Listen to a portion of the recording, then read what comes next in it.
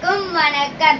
என் பெயர் எம். முகமது அல்தாஃப். நான் ஊராட்சி ஒன்றிய தொடக்கப்பள்ளி மேடவாக்கத்தில் 3ஆம் வகுப்பு படிக்கின்றேன். நான் இப்போது காலத்தை பயிற்சி என்ற திருக்குறள் கதையை சொல்ல போகிறேன். கதை: ஒரு ஊரில் மலைச்சாமி என்ற ஒரு விவசாயி இருந்தாராம். பாவம் அந்த விவசாயி ரொம்ப ஏழையா. அவர்கிட்ட ஒரு நிலம் கூட இல்லையா. கையில் பணமும் இல்லையா, நிலமும் இல்ல, பணமும் இல்ல. வாழறதுக்கு என்ன செய்யலாம்னு யோசிச்சானாம். அடடே, நமக்கு தான் விவசாயம் பண்ண நல்லா தெரியுமே, அதுதான் நமக்கு சோறு போடும் என்று உறுதியா நம்பினாராம். அதே கிராமத்தில் மாதேயன் என்ற ஒரு பெரிய பணக்காரர் இருந்தாராம். அவர் பணத்தாசை பிடிச்சவராம். அந்த விவசாயி பணக்காரர்கிட்ட போய் நிலத்தை குத்தகைக்கு கேட்டாராம்.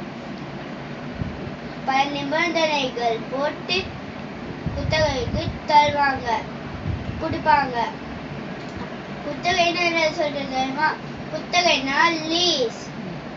நிலத்தை வாடகைக்கு தர மாதிரி குத்தகைக்கு கொடுப்பாங்க.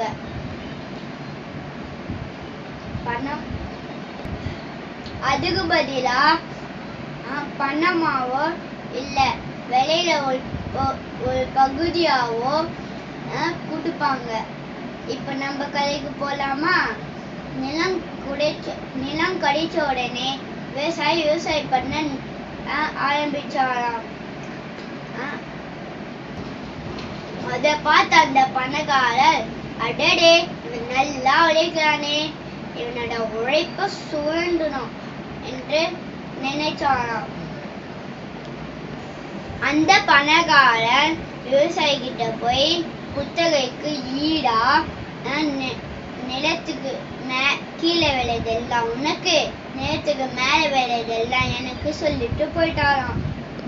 இத கேட்ட அந்த விவசாயி இப்ப என்ன பண்ணலாம்னு யோசிச்சானாம். நல்லா யோசிச்சு நிலக்கடலைய பயிரிட்டானாம். நிலக்கடலை எங்க விளையும்? மண்ணுக்கு கீழே தானே. இதனால விவசாயிக்கும் லாபம் கிடைக்கும், பணக்கார நிபந்தனைகள் போட்ட பொருத்தமா இருக்கும்.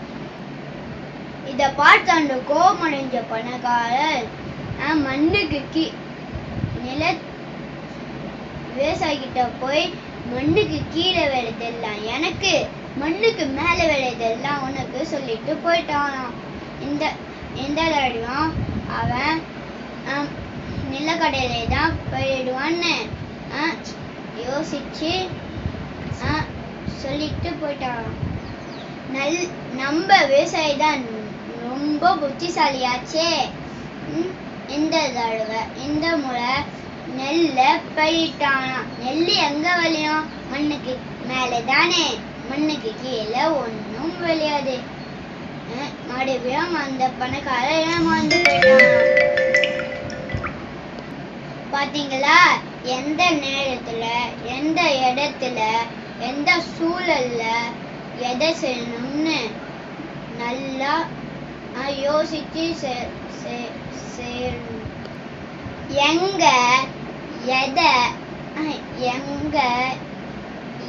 இப்படி எதை செய்யணும்னு நல்லா யோசிச்சு செயல்பட்டா உலகத்தைய கூட வென்று விடலாம்னு இந்த குறள் விளக்குது. இப்ப குறளை பார்ப்போமா? குறள்